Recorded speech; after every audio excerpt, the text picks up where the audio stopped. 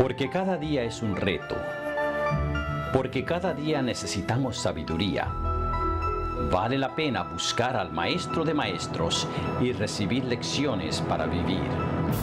Este es un mensaje de actualidad para vivir el presente con sabiduría y ver el futuro con esperanza. Este es su programa cristiano, Lecciones para Vivir. Pastor, ¿cómo se siente? ¿Listo para otra lección sobre evangelización y testificación? Claro. A mí me han parecido muy prácticas estas lecciones. ¿Cómo se titula la lección de hoy, pastor, y cuál es su propósito? Bueno, primeramente, gracias por acompañarnos, bienvenidos. El título es Capacitados para el Ministerio y el propósito es entender que si tenemos una relación personal con Jesús, pues tendremos el desafío de testificar por Él y estaremos sobre todo dispuestos a aprender cómo alcanzar con eficacia a los perdidos. Pidamos la dirección de Dios al estudiar su palabra.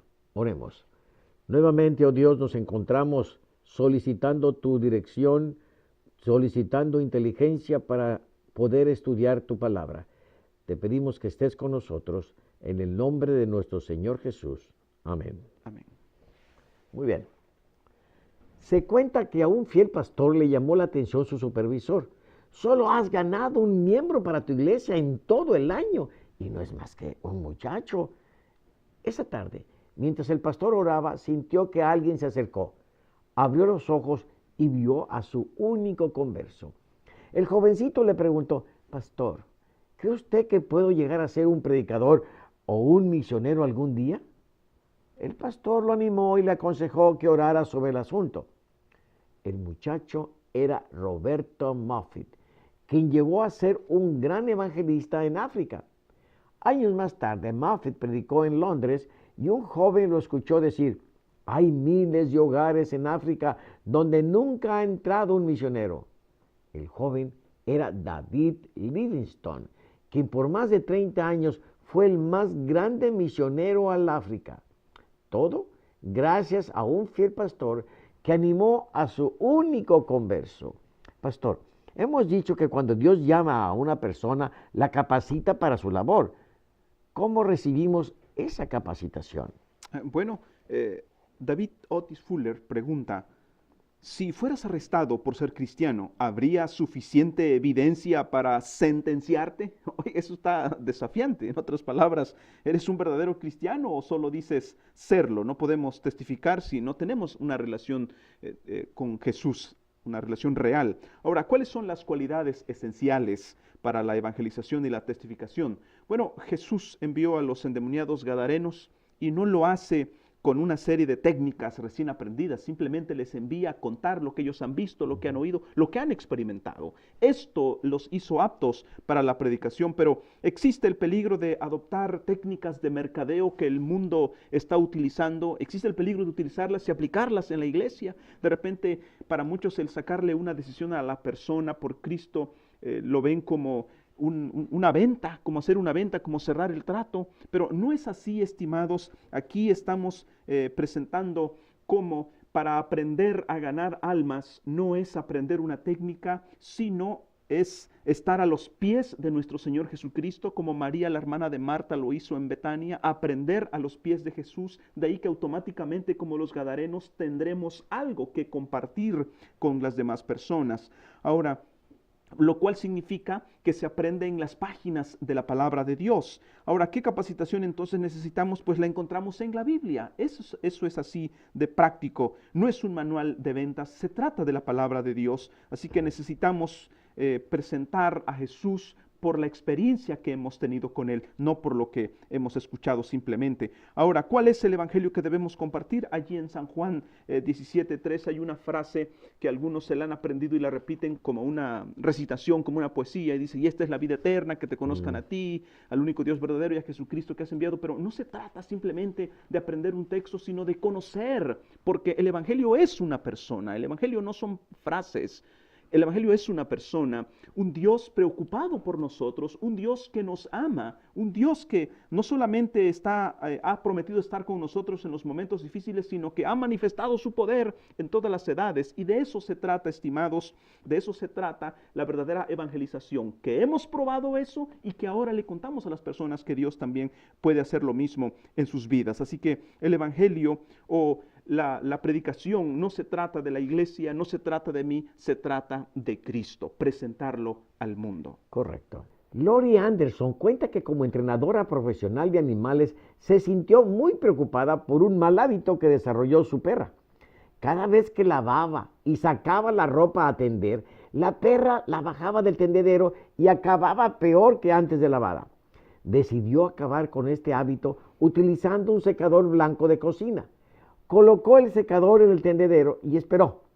Cada vez que la perra bajaba el secador, la regañaba. 2 semanas más tarde, la perra ya ni siquiera se acercaba al secador. Una tarde, Lori colgó una gran cantidad de ropa lavada y salió a cumplir con algunos compromisos. Cuando volvió, toda la ropa estaba dispersa por todo el patio, pero en el tendedero estaba sin tocar el secador blanco de cocina. Pastor, ¿qué nos enseña esta historia acerca del adiestramiento? ¿Por qué es necesario el adiestramiento en la evangelización y testificación? Bueno, la historia menciona la importancia del adiestramiento correcto. Y de hecho, la palabra adiestramiento, según el diccionario de la Real Academia Española, nos dice que se refiere a la acción y efecto de adiestrar, pero también aclara que adiestrar es hacer diestro, es enseñar o instruir. El diccionario también dice que la palabra es sinónimo de guiar y encaminar, y en especial a una persona ciega. Ahora, el adiestramiento de trabajadores es un proceso continuo, es sistemático y organizado que permite desarrollar en una persona las habilidades, los conocimientos y las destrezas para llevar a cabo cierto trabajo de una manera eficiente. Ahora, este proceso moldea el pensamiento de los empleados, desde luego, y produce una calidad de trabajo. Hay calidad en el desempeño. Ahora, el adiestramiento es también un proceso continuo. Eso nunca termina. Uno siempre va a estar aprendiendo a medida que realiza este trabajo, y de esto pues ayuda para que el empleo adquiera satisfacción y seguridad en la realización de cada tarea. Así que el adiestramiento es sumamente importante. Un empleado bien adiestrado pues desde luego va a conocer tanto su tarea y también desde luego nunca va a requerir de la supervisión, porque es una persona que por su adiestramiento va a ser bastante eficaz. Ahora, los empleados adquieren habilidad y desde luego eficiencia durante su adiestramiento, pero el adiestramiento va a mejorar su eficacia y la productividad de los mismos empleos. Pero ahora, un punto importante, estimados, es distinguir entre lo que conocemos como adiestramiento y entrenamiento. Es importante, por ejemplo, adiestramiento es el correcto aprendizaje de habilidades, pero cuando hablamos de entrenamiento es la repetición mecánica de las acciones. Ahora, en Mateo 9:37 Jesús dijo: a la verdad la mies es mucha, pero los obreros pocos. Y habló de la necesidad de enviar entonces a los sembradores y segadores bien equipados. Pero ahí en Efesios 4:11 y 12 dice que el Espíritu Santo nos equipa como Él quiere. Miren cómo lo dice. Y Él mismo constituyó a unos apóstoles, a otros profetas, a otros evangelistas, a otros pastores y maestros, a fin de perfeccionar a los santos para la obra del ministerio, para la edificación del cuerpo de Cristo. Ahora entonces, cuando Jesús llamó a sus discípulos, Él los entrenó y les dice ahí en Mateo 4:19, venid en pos de mí y los haré pescadores de hombres. Y precisamente por 3 años y medio el Señor Jesucristo los guió, los adiestró, y los discípulos pues aprendieron por medio tanto de la observación como de la misma acción. Así que solo hasta que ellos hubieran aprendido a hacer las cosas, Jesús los mandó. Así que primero los adiestró y luego los lanzó a la práctica, a practicar lo que ellos habían aprendido. Así que sin adiestramiento, desde luego el trabajo será más difícil, pero con una buena instrucción, pues esto va a facilitar las cosas para que los resultados no solamente sean placenteros, sino eficaces. Correcto. El día estaba fresco y Ricardo había prometido llevar a su familia al zoológico. Cuando estaban ya todos en el auto, Ricardo le preguntó a su hijo Samuelito de 7 años si podía encender el carro. Rápidamente Samuelito tomó la llave y encendió el carro. Su papá le preguntó: ¿cómo supiste encender el auto? Yo nunca te había dado permiso antes. Y Samuelito contestó: yo he visto cómo tú lo haces, por eso aprendí. Esto es lo que llamamos aprendizaje vicario. Pastor, ¿qué quiere decir aprendizaje vicario? Bueno, el aprendizaje vicario no es otro más que aprender por observación. Por ejemplo, usted le da una escoba a una niña y ella se va a poner a barrer, porque ha observado que otros Lo hacen. lo han hecho, de tal forma que entonces la observación constituye un proceso de aprendizaje muy eficaz. Ahora, el caso del el doctor Alberto Bandura, que es muy famoso por sus experimentos con los muñecos Bobo, experimentos en el área de psicología, él en un cuarto, en un salón del kinder, puso a los niños a ver un video donde un adulto, frente a los muñecos Bobo, que son muñecos de tamaño real, de plástico inflable, este adulto en el video estaba golpeando, pateando, dándole de patadas, pegándole con un martillo al muñeco, y los niños estaban observando todo eso.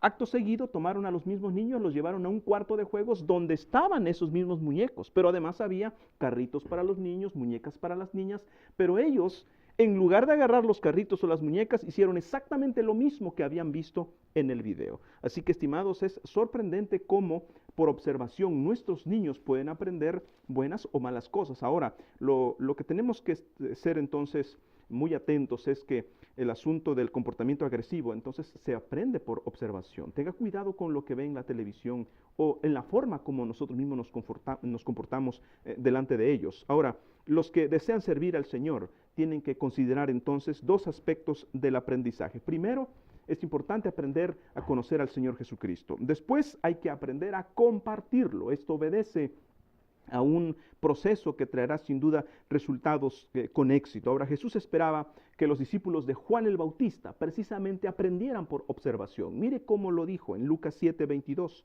Respondiendo Jesús les dijo: id, haced saber a Juan lo que habéis visto y oído. Los ciegos ven, los cojos andan, los leprosos son limpiados, los sordos oyen, los muertos son resucitados, y a los pobres es anunciado el Evangelio. Y la noticia llegó, desde luego. Ahora, en sermonsillustrations.com alguien escribió lo siguiente: 97% del mundo ha escuchado hablar de Coca-Cola. 72% del mundo ha visto una lata de Coca-Cola. 51% del mundo ha probado una lata de Coca-Cola. Ahora, Coca-Cola ha existido alrededor de 80 años aproximadamente. Si Dios le hubiese encargado a esta compañía que proclamara el Evangelio, tal vez ya hubiesen acabado. Sin embargo, estimados, esta tarea no se le ha dado a una compañía, se le ha dado a cada persona que ha creído en el Evangelio. Y es nuestro deber compartirlo, estimados, pero a menos que haya ese contacto, a menos que hayamos estado a los pies de Jesús, a menos que hayamos visto, observado y después nosotros mismos palpado, entonces no podremos ser misioneros, a menos que lo hayamos hecho. Entonces, observemos, sentémonos a los pies de Jesús y compartamos con autoridad el Evangelio de Cristo. Así es. Un muchacho chino quería aprender sobre la preciosa piedra jade. Fue a estudiar con un viejo maestro muy talentoso. El maestro colocó un pedazo de piedra jade en la mano del muchacho y le dijo que lo sostuviera fuerte. Luego comenzó a hablar de filosofía, de los hombres, de las mujeres, del sol y lo que hay debajo del sol. Después de una hora, tomó la piedra y envió al joven a su casa. Este procedimiento se repitió varias semanas.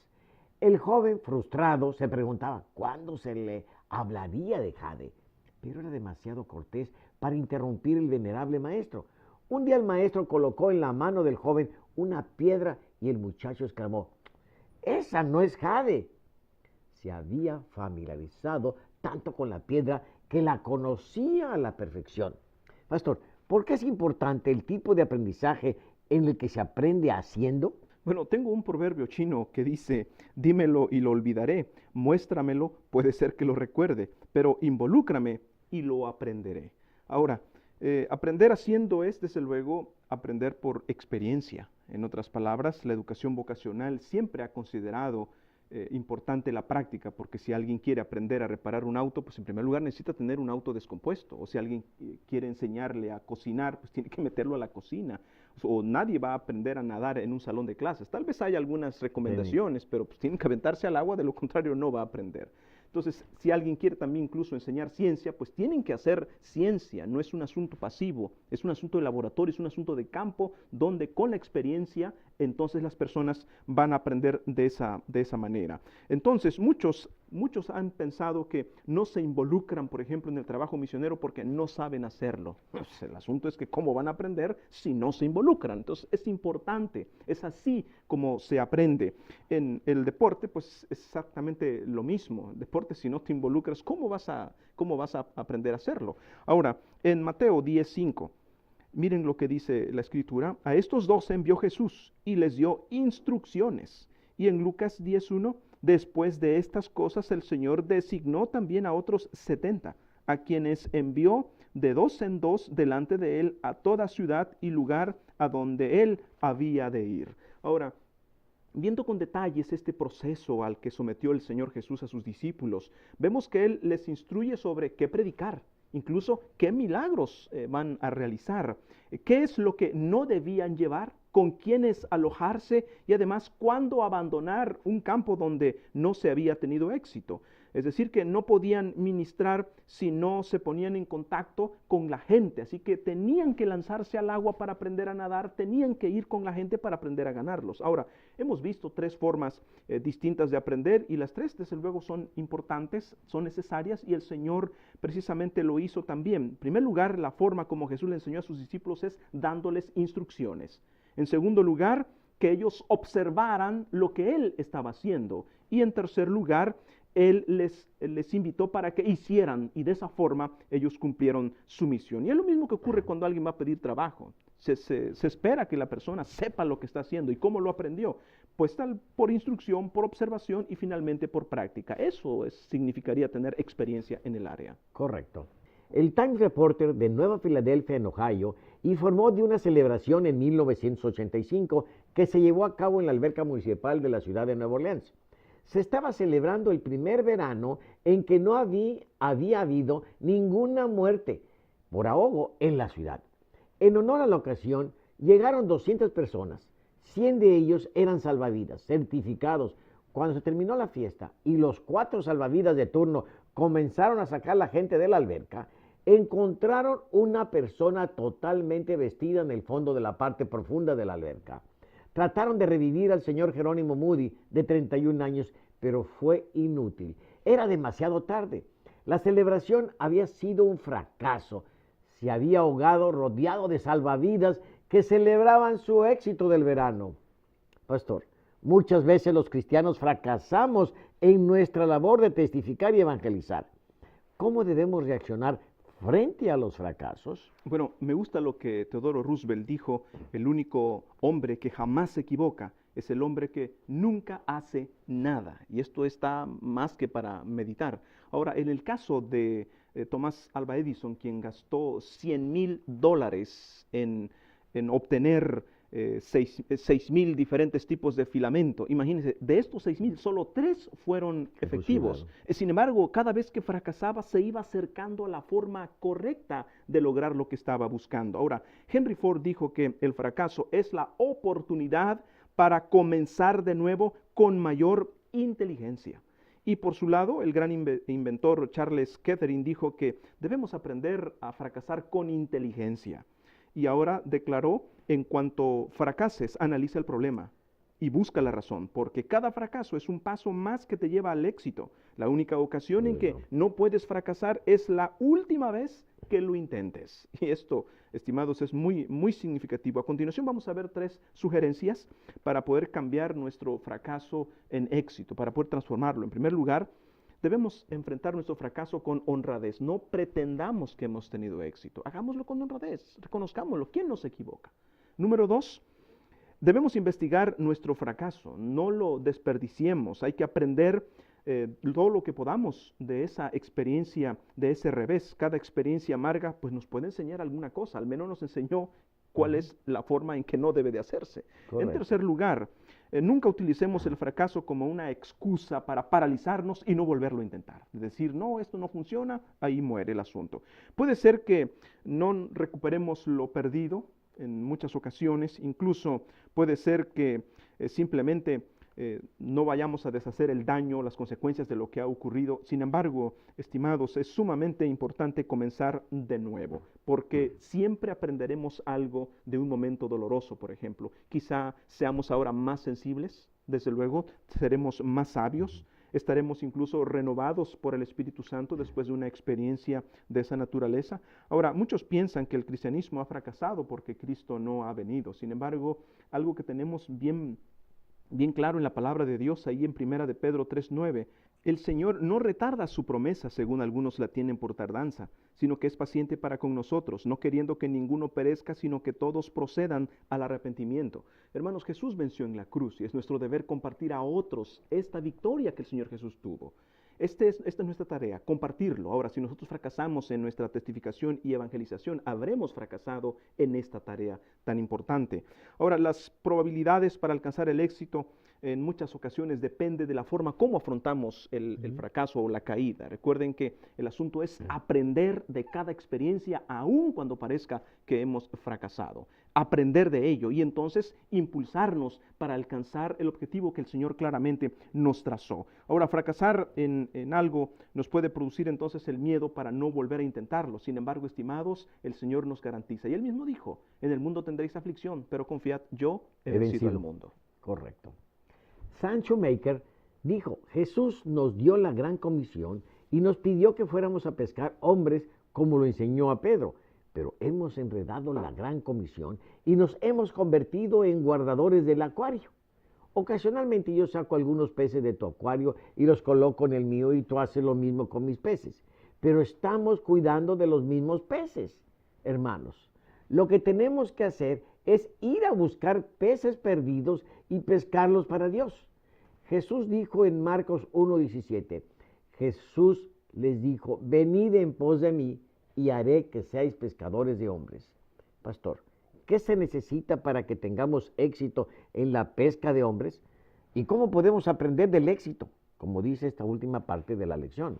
Bueno, pues de hecho el éxito de los pescadores se basa en lo que ellos han observado, lo que han aprendido, pero lo que han experimentado. Eso le daría el éxito para tener una extraordinaria pesca. De igual manera, en el asunto del evangelismo, es el mismo paso. Tenemos que aprender, no es un asunto de la casualidad el éxito que viene, es necesario aprender. Ahora, los pescadores en el tiempo del Señor Jesús tenían varias formas de hacer este oficio. Por ejemplo, allí en Mateo 17:27. Sin embargo, para no ofenderles, ve al mar, le dice Jesús a Pedro, y echa el anzuelo, y el primer pez que saques, tómalo, y al abrirle la boca hallarás un estatero, tómalo y dáselo por ti y por mí. Aquí ustedes pueden ver, se utilizó el anzuelo para sacar un pez. Esto representa, en otras palabras, el compartir el evangelio persona a persona, de uno a uno. Esa es una forma. No era tan común en el tiempo de Jesús, sin embargo, se hacía. Número 2, en Marcos 1:16, andando junto al mar de Galilea, vio a Simón y Andrés su hermano que echaban la red en el mar porque eran pescadores. El instrumento que se utilizaba era la atarraya o una pequeña red de mano.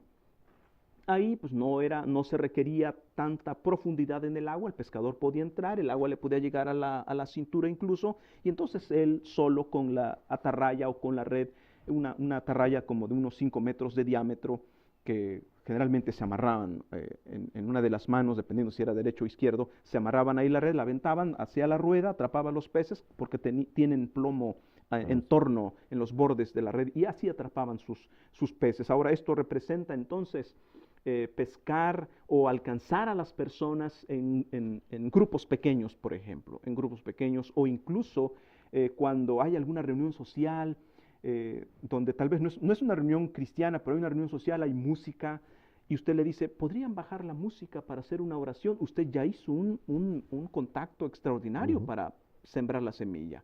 Entonces, hay otro método también, que es en Mateo 13, 47 y 48. Asimismo, el reino de los cielos es semejante a una red que echada en el mar recoge toda clase de peces, fíjense, en el mar. Y una vez llena, la sacan a la orilla y sentados recogen lo bueno en la cesta y lo malo lo echan fuera. Bueno, en esta parábola el Señor Jesús se refiere a la red barredora o dragadora que tenía aproximadamente unos 100 metros de longitud y requería de 2 barcos y un equipo de personas para que la pesca resultara exitosa. Y esto representa desde luego el evangelismo a gran escala, en donde se necesita involucrar un equipo que acompañe al evangelista. Llega a toda clase de personas, cualquier cantidad que pueden decidirse por Cristo, pero entonces esto requiere de mucha organización, muchos elementos involucrados en este caso. Ahora, Pablo nunca pensó que él había fracasado porque no había hecho él todo el trabajo de evangelización. De hecho, aquí en 1 Corintios 3:6 dijo, yo planté, Apolos regó, pero el crecimiento lo ha dado Dios. Así que pueden ver que el éxito que Pablo estaba presentando aquí no era tanto lo que él estaba haciendo, sino que había visto que la iglesia se involucraba. Entonces el éxito consistía en eso, que todos nos involucremos en la obra del Señor. Así que nosotros podemos aprender de esta experiencia de Pablo y también, desde luego, aprender de nuestros propios éxitos cuando algún método ha funcionado bastante bien. Aunque alguien dijo que es mejor aprender de nuestros éxitos que de nuestros fracasos. Sin embargo, claro, en ambas experiencias podemos aprender. Desde luego, es muy cómodo aprender de nuestros éxitos, porque si algo funcionó, pues lo seguimos practicando y le enseñamos a otras personas. Claro. Entonces, sin embargo, estimados, nunca debemos jactarnos si algo nos funcionó. Miren lo que dice Proverbios 16:18. Antes del quebrantamiento está la soberbia, y antes de la caída la altivez de espíritu. Así que debemos tomar en cuenta que aun cuando tenemos éxito, no es porque somos buenos, es porque Dios ha estado con nosotros y simplemente hemos sido instrumentos en sus manos. Así que reconozcamos en qué consiste nuestro éxito y sobre todo estemos dispuestos para que Dios nos capacite para nuestro ministerio. Correcto. En el libro Evangelismo, página 78, dice: cada día Satanás tiene sus planes para llevar a cabo ciertas cosas para obstaculizar el camino a los testigos de Cristo. Por eso debemos estar siempre aferrados a Dios. Pastor, haga un resumen de la lección, por favor. Bueno, tengo cinco puntos de resumen. Número 1, en todas las facetas de la vida necesitamos que se nos enseñe. El mejor adiestramiento para el ministerio son las instrucciones que Jesús dio a sus discípulos y que encontramos en su bendita palabra, en las Sagradas Escrituras. Número 2, se nos puede instruir. Sin embargo, podemos no aprender. Una de las maneras más eficaces de aprender entonces es por medio de la observación o el método vicario, como lo vimos. Cuando además de escuchar podemos observar el aprendizaje, pues esto es más efectivo. Número 3, Jesús utilizó distintas formas de enseñar. Lo hizo por medio de instrucciones, por medio de observación, pero también lo hizo por medio de la práctica. Cuando se es un participante activo, pues es cuando mejor aprenderemos lo que Jesús nos pide. Número 4, debemos aprender de nuestros fracasos. Recuerden que cada fracaso es un paso que nos acerca más al éxito porque es una oportunidad para comenzar de nuevo. Y si hay algo en lo que Dios se complace con nosotros es darnos la oportunidad de empezar siempre de nuevo. Claro. Y número 5, podemos aprender mejor de nuestros éxitos, desde luego, que de nuestros fracasos, a menos que nos llenemos de soberbia. Recuerden lo que Salomón dijo, que antes de la caída está la soberbia. Así que seamos sencillos y humildes para que Dios nos pueda colmar de éxito. Gracias por estar con nosotros. Nos veremos la siguiente lección. Que Dios les bendiga. Yo he venido para que tengan vida y para que la tengan en abundancia. Descubra cómo recibir este don en Lecciones para Vivir. Si desea una copia de esta lección, llame y solicite la serie completa. Evangelismo y testificación es el tema de este trimestre. Aquí se presenta la evangelización y testificación de una manera sencilla y nos hace sentir la urgencia de traer a otros a los pies de Jesús. La serie completa está disponible en DVD o CD. Llame a los teléfonos que aparecen en pantalla para obtener información de cómo adquirir esta serie de programas de televisión. Puede llamar ahora o cualquier día de la semana. También puede ponerse en contacto con nosotros a través de nuestro correo electrónico. Su apoyo es de gran ayuda para llevar el Evangelio más allá de nuestras fronteras. Lecciones para Vivir es una producción del Ministerio La Verdad Presente Televisión.